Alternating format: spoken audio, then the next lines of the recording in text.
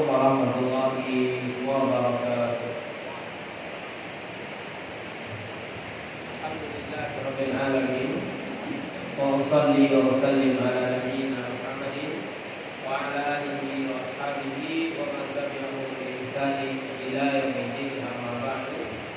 Para hadirin Bapak Ibu yang dirahmati oleh Allah Subhanahu wa taala. Semoga hujan yang Allah turunkan, hujan yang membawa rahmat, hujan yang membawa keberkahan, bukan hujan yang bisa laisa hadfin wala barakin, yaitu barakin, yaitu hujan yang tidak memiliki sifat bisa memanjatkan atau menghancurkan. Kita berdoa, Allahumma shayyiban nafi'an.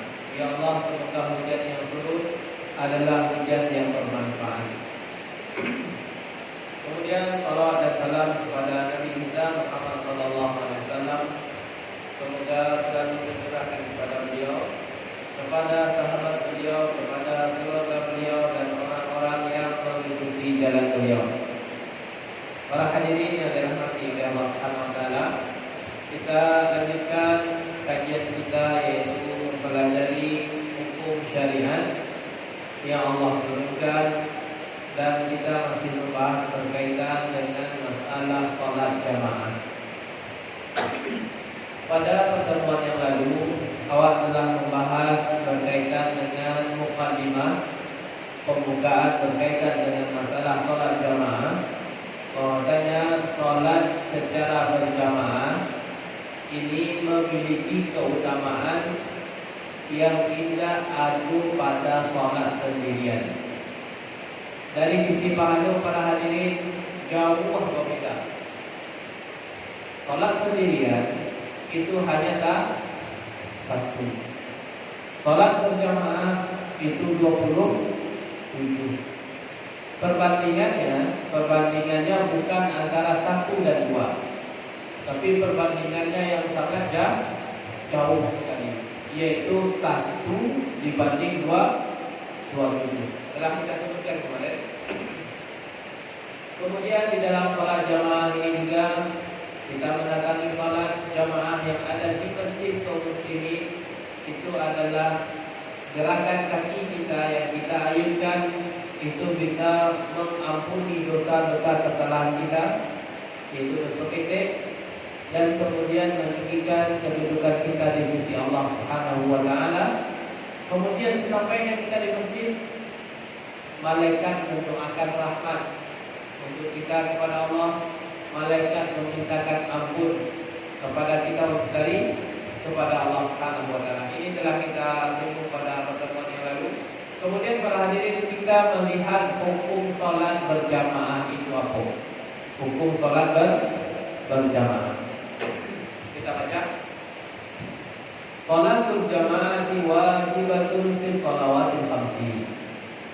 Para hadirin, salat jamaah ini hukumnya adalah wajib pada salat lima waktu. Bagi siapa wajibnya ini? Wajib adalah ala rijali dan nisa, bagi laki-laki. Dia wajibnya bagi laki-laki. Sedangkan bagi perempuan itu tidak sampai kepada hukum wajib. Yang dituntut untuk datang itu adalah siapa? Laki-laki. Tapi kalau ibu-ibu ingin hadir di salat berjamaah di masjid, maka tidak dilarang. Maka tidak dilarang, boleh ibu-ibu hadir berjamaah salat di masjid, boleh. Nabi kita mengatakan sallallahu alaihi wasallam, la tamna'u ima Allahi masajid Allah. Wahai suami atau wahai ayah, janganlah dilarang hamba Allah yang perempuan untuk mendatangi masjid. Boleh, tidak masalah, tetapi hukumnya tidak sampai kepada hukum wajib. Yang wajib itu adalah bagi laki-laki. Kenapa wajib bagi laki-laki? Karena Nabi SAW yang pertama adalah itu ada keinginan para hadirin, ada keinginan untuk membakar rumah bagi orang yang tidak sholat laki-laki ini di masjid. Rasulullah punya keinginan, ayo kita pergi ke kampung sana.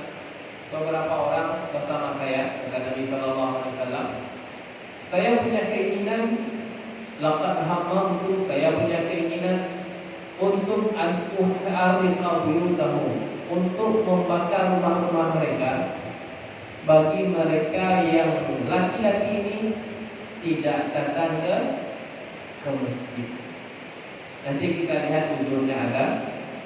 Kemudian alasan yang kedua adalah atau orang laki-laki butuh minta izin ke Nabi, wahai Rasulullah, ambo tidak bisa mandi dan tidak ada penuntut jalan. Ada tak bagi ambo ya Rasulullah keringanan untuk tidak sholat berjamaah di masjid? Kemudian Nabi bertanya, wahai orang ini kepada orang, apakah engkau mendengarkan azan? Iya, saya mendengar azan. Ini dia tidak apa? Tidak bisa melihat. Iya, saya mendengar azan. Kalau sekiranya engkau mendengarkan azan sampai suara azan ke rumahmu, maka penuhilah panggilan tersebut dan saya tidak mendapatkan keringanan hukummu. Ini bagi siapa para hadirin? Bagi laki-laki yang buta, tidak diberikan keringanan. Apalagi bagi seorang laki-laki yang memiliki badan yang sehat, fisik yang kuat, tentu tidak ada keringanannya. Jadi hukumnya adalah wajib bagi laki-laki. Di samping pahala-pahala yang dilakukan tadi, kalau sekiranya mereka datang ke masjid. Poin yang kedua para hadirin, poin yang kedua tadi hukum. Poin yang kedua adalah berapa minimalnya telah dikatakan kita sholat secara berjamaah. Berapa minimalnya telah dikatakan seseorang itu sholat secara berjamaah. Aqallul jama'ati idnan, minimalnya dikatakan sholat seseorang tersebut dikatakan sholat berjamaah apabila telah tercakup dari 2 orang. Berarti cie makmum, cie imam, maka telah dihukumi mereka ini sholat jamaah. Telah dihukumi mereka mendapatkan keutamaan sholat berjamaah. Dasar keutamaan sholat jamaah telah didapatkan. Karena telah tercakup angka minimalnya itu 2 orang. Akan tetapi semakin banyak jamaah, semakin besar pahala. Kalau 2 orang, kalau model pertanyaan, Pak Ustaz, ambo sholatnya 2 orang, Pak Ustaz. Imam cie, makmum cie. Apakah ambo dapat pahala sholat jamaah, Pak Ustaz? Maka jawabannya dah dapat. Dikarenakan minimal itu 2 orang. Tapi banyaknya jamaah itu mempengaruhi pahala yang lebih tinggi. Jamaah 5 orang berbeda dengan jamaah 10 orang. Pada asalnya mereka sama-sama dapat pahala jamaah. Nabi kita SAW mengatakan, salatu ar-rajulu, salatnya seseorang sendirian itu lebih, salatnya 2 orang lebih mulia ketimbang salat 1 orang. Salat 3 orang itu lebih tinggi ketimbang 2 orang. Artinya semakin banyak jamaah, maka pahalanya semakin banyak. Tapi dasar pahala jamaah itu bisa diraih meskipun bilangannya cuma 2 orang. Itu poin yang kedua. Poin yang ketiga berkaitan dengan masalah sholat jamaah adalah tadi kan para urangnya agar bisa dapat pahala jamaah. Ini pembahasannya apa standarnya seseorang itu telah dikatakannya sholat berjamaah. Kalau tadi bilangan. Seseorang itu dikatakan dia telah mendapatkan sholat jamaah apabila dia telah mendapatkan satu rakaat bersama imam. Maka dia mendapatkan pahala jamaah. Berarti minimalnya satu rakaat. Kalau sholat maghrib 3 rakaat kan ya? Dia mendapatkan pahala sholat jamaah telat, tetapi dia mendapati imam pada rakaat ketiga. Ma batasannya Pak Ustaz, akhir dari rakaat itu adalah rukuk. Akhir dari rakaat adalah rukuk. Oleh karenanya para hadirin, apabila bapak atau ibu datang ke masjid enggak tarawih, kemudian mendapati imam sedang rukuk, Allahu Akbar, kemudian imam masih rukuk, maka awak telah dihukumi mendapatkan satu rakaat. Jadi batasan akhir awak mendapatkan satu rakaat ketika imam itu rukuk. Ustaz, ambo mendapatkan imam itu sedang sujud. Ustaz, dapat ke ambo satu rakaat? Tidak dapat. Ustaz, ambo mendapatkan imam itu ketika imam itu sedang i'tidal, bangkit dari rukuk. Dapat ambo satu rakaat Ustaz? Tidak dapat. Soalnya batasan paling akhir itu adalah awak mendapatkan imam sedang rukuk. Setelah rukuk i'tidal, sujud, duduk di antara dua sujud, kemudian tasyahud akhir, itu awak tidak mendapatkan satu rakaat. Poin yang keempat para hadirin, tadi awak sampaikan adalah orang laki-laki tadi wajib menghadiri sholat jamaah. Ada bentuk-bentuk para hadirin, laki-laki ini tidak wajib untuk menghadiri sholat jamaah. Berarti mereka ini punya uzur. Uzur yang pertama adalah al-maridu maradan yalhaquhu minhu masyaqqah. Sakit yang menyebabkan dia tersebut kesusahan untuk bayi datang ke masjid.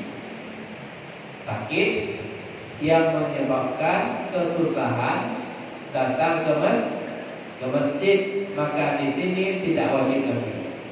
Karena para hadirin, orang yang sakit ini mendapatkan keringanan dalam syariat. Orang yang sakit boleh tidak berpuasa, tapi mengganti. Orang yang sakit bolehnya tidak menghadiri sholat jamaah di masjid, akan tetapi sholat di rumah sesuai dengan kemampuannya. Kalau beliau ini tidak sanggup berdiri, silakan duduk. Kalau duduk, silakan sholat dalam kondisi berbaring, dan seterusnya telah kita sebutkan. Atau beliau sallallahu alaihi wasallam para hadirin, Nabi awak itu pernah beliau tidak hadir di masjid. Pernah beliau tidak hadir di masjid. Apa alasannya? Alasannya adalah beliau sakit. Pernah Nabi awak tidak hadir di masjid. Alasannya adalah beliau sakit. Sehingga beliau menyuruh kepada sahabat, ketika beliau sakit itu tidak bisa datang ke masjid, beliau mengizinkan mendingan pasar beliau. Mendingan pasar ke sahabat, beliau mengizinkan Murru Abu Bakrin fayusalli binnas. Ambo mendingan pasar, suruhlah pengganti Abu Imam di kodo sahabat Abu Bakar. Beliau sedang sakit, tidak bisa datang ke musajid. Akan tetapi beliau mendengar pesan sahabat itu adalah yang menggantikan Abu Imam Biko adalah sahabat Abu Bakar. Nah, dari sini para hadirin, tambahan faedahnya adalah ini telah menjadi isyarat bahwasanya ketika beliau sallallahu alaihi wasallam itu meninggal dunia, yang akan menggantikan kepemimpinan selanjutnya adalah Abu Bakar. Itu adalah tambahan faedah bahwasanya pemimpin setelah Nabi meninggal itu adalah Abu Bakar. Telah banyak isyarat-isyarat ketika beliau sakit, beliau menitip pesan ke Abu Bakar untuk menjadi imam. Beliau pernah sakit karena beliau Nabi SAW itu adalah manusia, adalah seorang hamba. Akan tetapi bedanya dengan kita, Nabi Muhammad SAW itu diberikan wahyu. Beliau manusia, abdul. Beliau seorang hamba. Tetapi sifat yang selanjutnya adalah rasul. Dan berbeda antara Nabi Muhammad dengan kita, pembedanya adalah dari sisi kenabian. Nabi diberikan wahyu, sedangkan selain mereka bukanlah diberikan wahyu. Pengikut Nabi SAW. Itu yang pertama. Boleh meninggalkan, tidak hadir di masjid untuk sholat jamaah. Pertama, kondisi sakit. Kondisi yang kedua adalah al-mudafi'u ahadul asbatain. Dia boleh untuk meninggalkan sholat jamaah yang sedang ditegakkan di masjid kalau sekiranya ada buang hajat yang harus dia tuntaskan dahulu. Contoh, lama kumandang bulan azan iqamat, lama kumandang di masjid, maka ada kek dari masjid. Kemudian ada hajat yang harus tuntaskan, ada hajat dari pawira yang harus waktu tuntaskan, maka di sini tidak masalah awak menyelesaikan buang hajat, meskipun biko sholat jamaah awak ketertinggalan. Kenapa para hadirin? Awak didahulukan buang hajat, menuntaskan buang hajat awak ketimbang awak mengejar sholat jamaah. Ustaz, sholat jamaah tadi kan pahala dulu kadang. Bako ada uluan buang hajat ketimbang mengajar.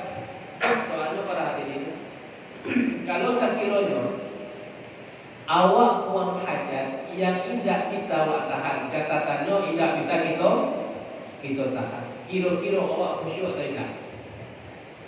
Nah, itu rahasia. Awak tidak akan khusyuk. Apalagi sholat subuh biasanya terkadang, apalagi di hari Jumat, bacaan agak panjang. Otomatis otomatis ruh di dalam sholat itu tidak wanapian khusyuk. Panganawa buang hajat bila lagi mampu selesai.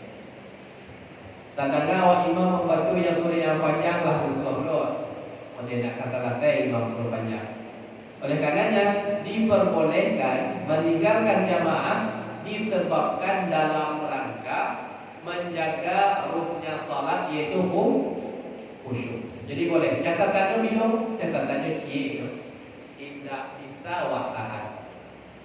Tidak bisa awak tahan. Tapi kalau masih bisa awak kelola diri awak, masih bisa. Entah itu buang air ketek, mohon maaf, entah itu buang air ketek, entah itu buang air gadang, entah itu kentut. Selama bisa, masih bisa awak kondisikan, bisa awak kendalikan, tidak masalah awak ikut untuk sholat jamaah. Soalnya awak masih bisa mempertahankan khusyuk dan fokus awak dalam sholat. Tapi kalau sampai titik awak itu tidak bisa untuk menahan, bahasa awak ini kebelennya, maka tidak masalah awak tinggalkan sholat jamaah. Itu keringanan yang kedua. Ada buang hajat yang harus dituntaskan, entah itu buang air ketek, entah itu buang air gadang. Yang ketiga para hadirin yang dirahmati oleh Allah Ta'ala adalah yang ketiga ada cuaca yang indah elok. Cuaca yang indah elok itu berpengaruh kepada hukum menghadiri solat jamaah di masjid.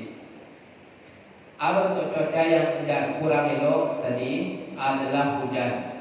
Ada cuaca yang tidak mendukung. Kalau yang pertama fisik badan tidak mendukung. Yang pertama kalau fisik badan tidak mendukung untuk hadir. Sedangkan yang ketiga adalah fisik badan awak tadi mendukung. Awak sehat, tapi cuaca tidak mendukung. Apa contohnya? Contohnya adalah hujan. Hujan. Ustaz, ambo dah kek Ustaz. Ada payung. Wajib nampak Ustaz? Tidak wajib. Tapi boleh dihadiri ya boleh. Ada keutamaannya. Pembahasan adalah sudah tidak wajib. Ketika hujan itu turun, maka gugur kewajiban menghadiri solat jamaah. Tapi boleh nak Ustaz? Ambo ada payung. Rumah ambo dah kilonya. Boleh? Ya boleh. Tapi hukumnya tidak wajib. Standarnya Ustaz, hujan yang menyebabkan gugurnya salat jamaah tadi di musajid, ulama mengincikan basah baju awak. Kalau payah awak basah baju, maka ini adalah standarnya hujan yang menyebabkan tidak wajib menghadiri salat jamaah. Kira-kira ada tak hujan yang menyebabkan baju awak tidak basah baju? Ada. Yaitu mungkin rintiak anak. Air rintiak saketek. Kalau sekiranya pagi berjalan ke masjid tanpa payung, baju awak masih tak artinya tak basah kui, maka itu bukan kriteria hujan yang menggugurkan kewajiban menghadiri sholat jamaah. Itu yang keempat. Sebab yang kelima adalah kuliah wa tidak menghadiri sholat jamaah adalah awak khawatir, kita khawatir ketinggalan rombongan. Kita khawatir ketinggalan rombongan. Contohnya di bandara sedang berkumandang dari bandara. Kemudian jadwal penerbangan awak kacengin awak ketambang. Itu adalah kalau sekiranya awak berjamaah, itu bisa jadi awak ketinggalan. Maka di sini para hadirin boleh bagi kita untuk tidak menghadiri sholat jamaah yang sedang dikerjakan. Kenapa? Karena ada keringanan, yaitu keringanan dalam rangka mengikuti rombongan safar. Diperbolehkan di bandara pakai pesawat atau pakai bis. Kalau sempat sholat ya. Kalau sekiranya awak sholat, bisa dipakai. Tidak mau tahu sopir, tidak mau tahu, yang jelas jam segini kita jalan. Siapa yang tinggalin. Kalau begitu kaidahnya sopir, maka di sini kita mendapatkan keringanan untuk tidak sholat secara berjamaah.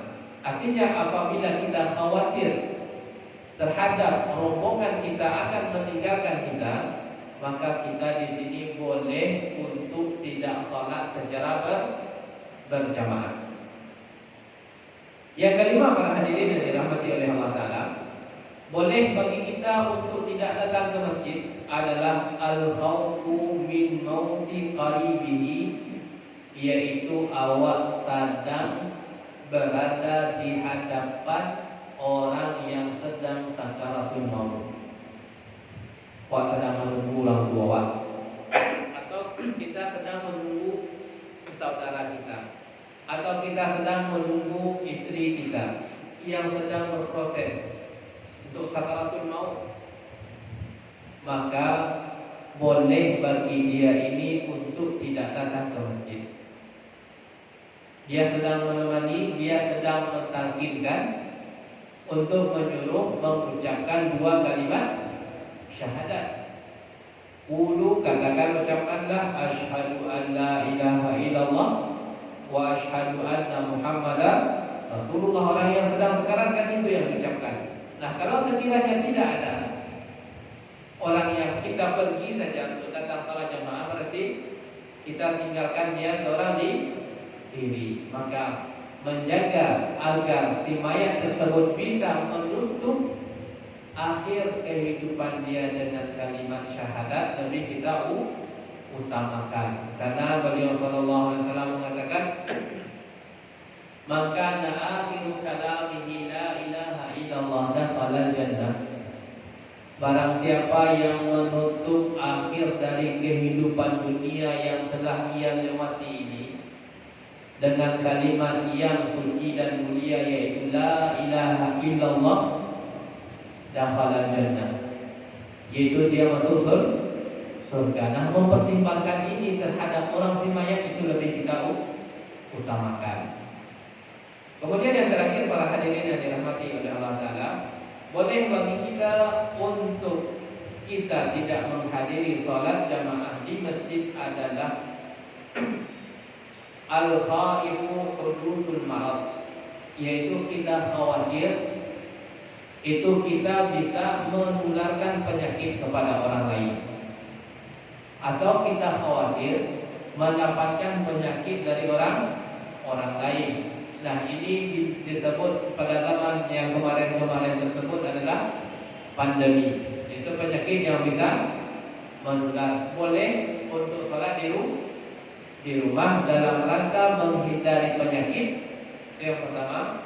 Yang kedua, dalam rangka menularkan penyakit.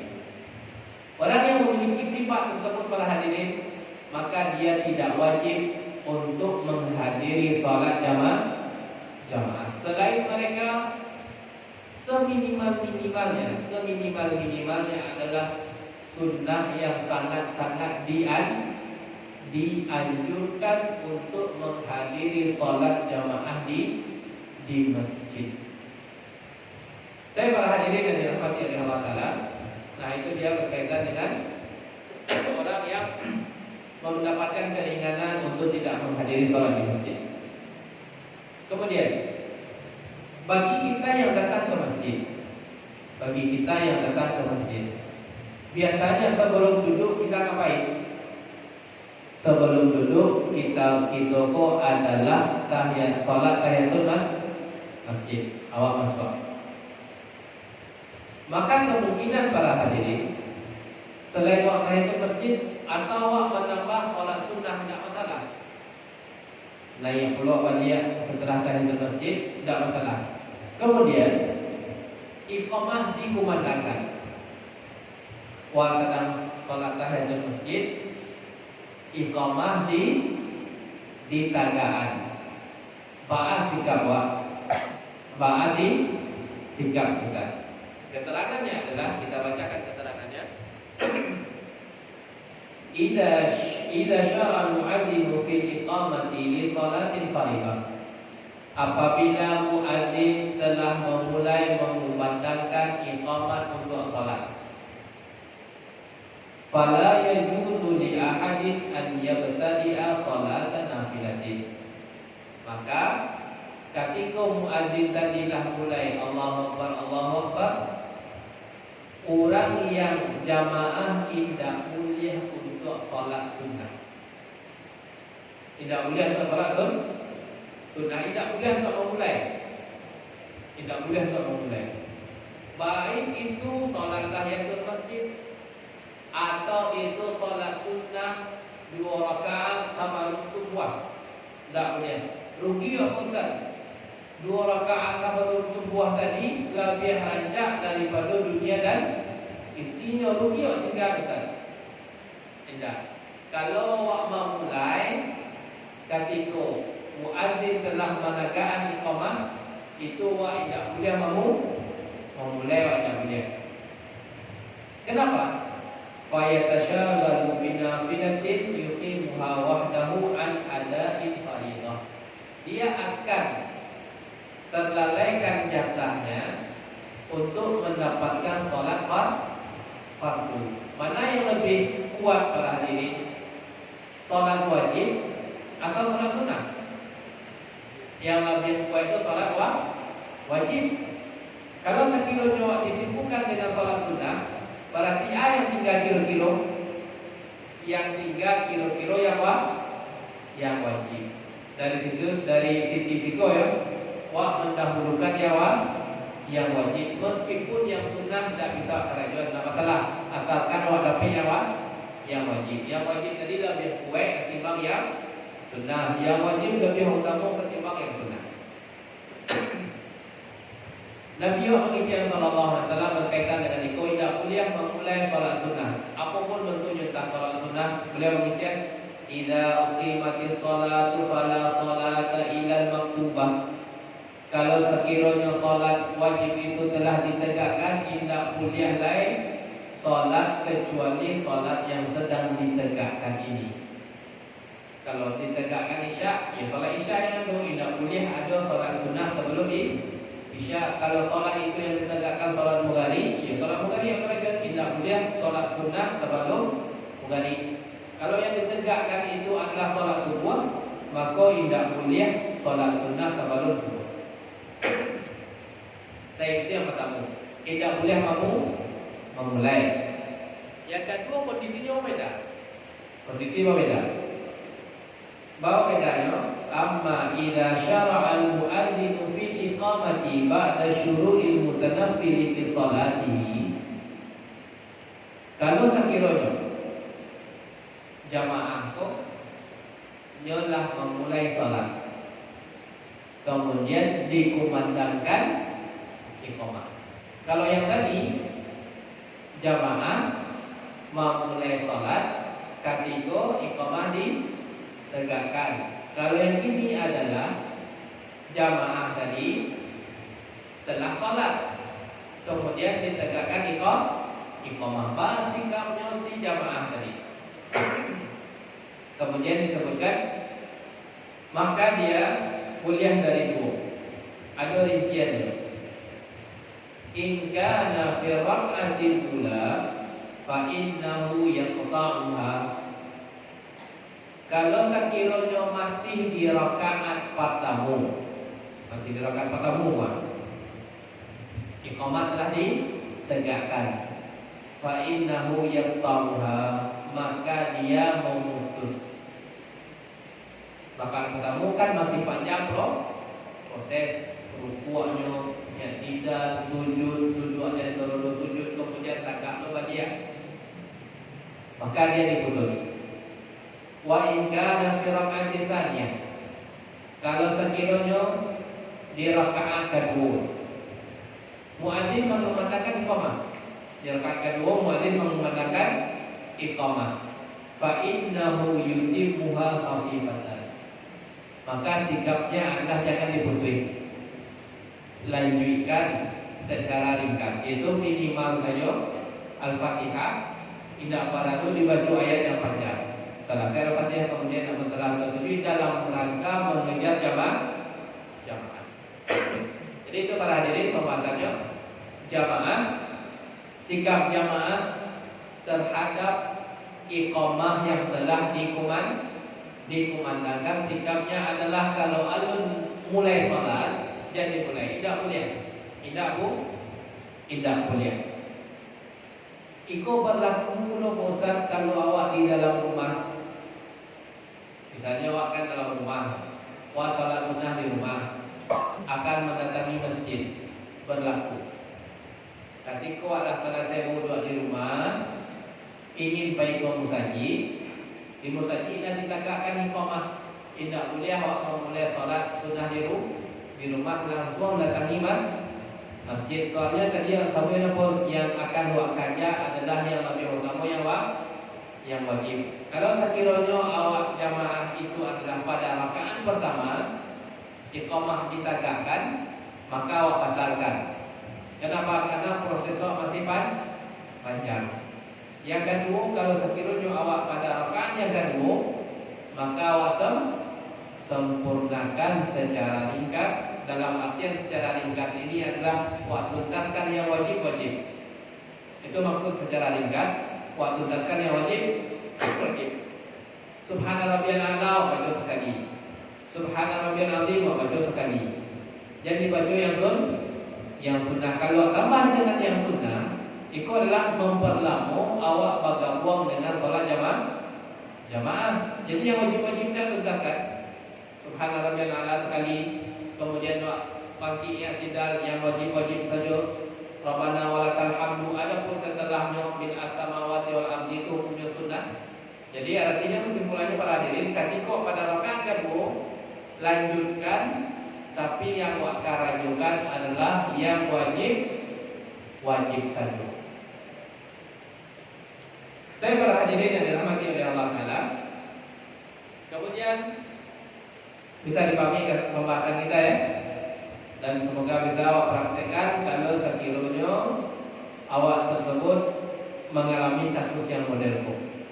Mengalami kasus modelku awak salat kemudian ditegakkan iqamah telah awak pelajari ilmunya.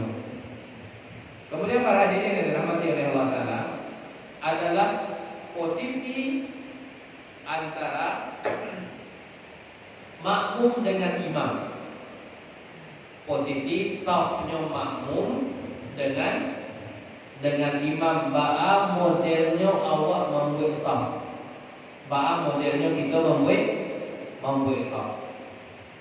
Secara gambaran umum, saf itu adalah imam, kemudian jamaah laki-laki, kemudian jamaah perempuan di belakang.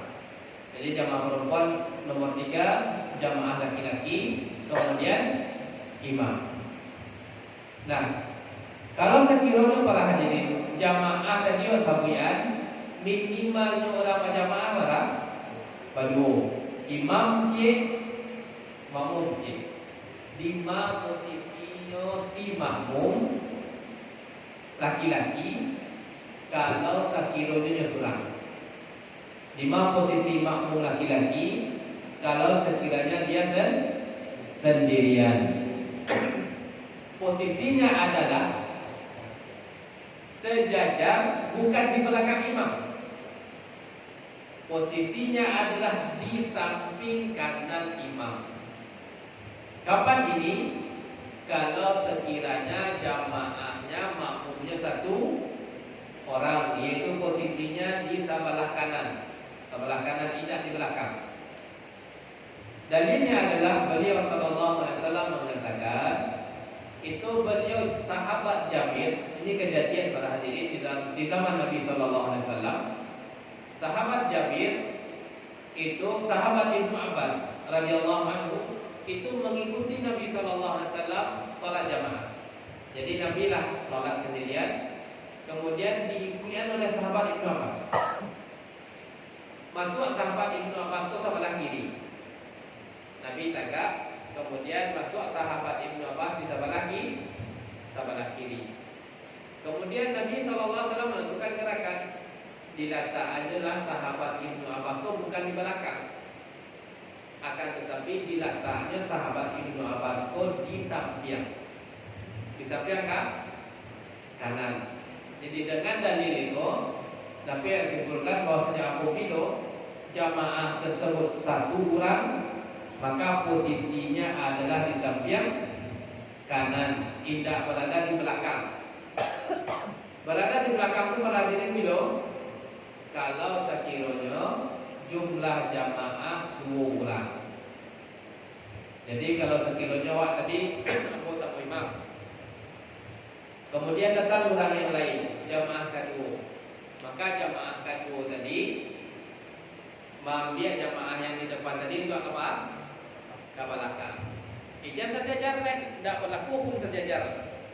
Kalau jamaah dia sudah berdua, maka tidak berlaku di samping imam. Di samping imam itu hanya berlaku apabila makmumnya 1 orang. Kemudian para hadirin yang dirahmati oleh Allah Taala, adapun yang jamaah perempuan meskipun 1 tetap di belakang. Jamaah perempuan meskipun 1 tetap di belakang, tidak di samping imam. di samping imam telah Ustaz batu, kau akan surang ya? Laki-laki tadi kalau surang di samping imam, kini tidak ada laki-laki. Awak saja yang perempuan yang jadi makmum. Apa perlulah kamu lagi imam di samping imam? Tidak. Yang perempuan meskipun dia satu orang, dia tetap berada di belakang imam. Ini para hadirin, ini berlaku secara umum. Berlaku prakteknya secara umum. Selama jamaah laki-laki tadi satu orang, maka posisinya adalah di samping imam. Di belakang kapan kalau jamaahnya sudah lebih dari dua. Wa yakunul afdalu wa huwa al-wuqufu khalfal imami wa takunu nisa'u khalfa sufufir rijal. Maka yang susunan saf itu adalah imam tadi kita sebutkan, kemudian baru di situ jamaah laki-laki 2 orang di belakang imam, kemudian setelah itu jamaah perempuan. Para Pak Ustaz, jaraknya jamaah laki-laki dengan saf perempuan tidak ada ditentukan keterangan para jaraknya. Maka ini dikembalikan kepada kebijaksanaan masing-masing masjid. Entahkah dibuatnya jaraknya laki-laki sekian meter, entah sekian lapis, sekian karpet, itu tidak ada keterangannya dari syariat. Yang jelas keterangannya dari syariat adalah posisi saf perempuan di belakang. Barang jaraknya Ustaz dari laki-laki itu tidak ditentukan jaraknya oleh syariat. Itu adalah dikembalikan kepada keputusan masjid masing-masing. Kemudian para hadirin yang dirahmati oleh Allah Ta'ala adalah siapa pengisi shaf? Siapa pengisi shaf? Pengisi shaf yang paling afdal di belakang imam, yang afdalnya adalah orang yang telah balik. Di belakang imam itu adalah orang yang telah balik, atau orang yang bisa membantuan kesalahan imam kalau sekiranya imam salah, bisa membetulkan. Nah, inilah orang yang dianjurkan. Pak Ustaz, kalau sekiranya ada anak-anak di shaf, ada anak-anak di shaf awal, apakah keberadaan mereka tadi Pak Ustaz memutui shaf? Anak-anak itu apakah memutui shaf? Atau anak-anak kuliah dakwah usia juga belakang Ustaz? Ialah juga di shaf padamu. Kemudian waktu dia menyolong balik ke belakang. Boleh tak model itu? Waktu dia. Keterangan ulama. Kalau sekiranya anak tadi yang belum balik tadi itu adalah lahmu mayis nama istilahnya, lah bau mua 7 tahun katih atau 6 tahun katih, lah bisanya membeda, lah bisanya mandiri, makan, mandi, lah bisanya, itu namanya anak yang mayis. Maka kalau ada anak yang model itu, keberadaan mereka tidaklah memutuskan shaf. Kapan itu? Apabila anak yang telah memasuki usia bisa membeda. Lah bisanya kagak surang, ku mandi, ku makan, lah bisa. Itu nama istilahnya mumayyiz. Itu masuk kira-kira umur 6 atau 7 tahun katih. Maka keberadaan mereka tidak kuliah di usia, dipisah-pisah tidak kuliah. Kalau mereka tadi patamu dia mendapatkan shaf, maka itu adalah hak mereka.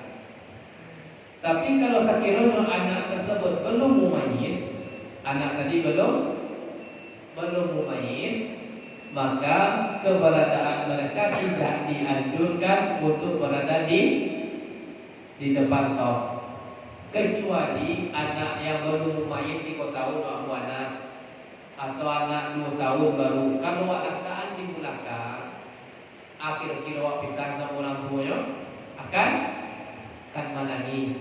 Maka langkah yang pertama adalah kalau bisa awak tegak di samping.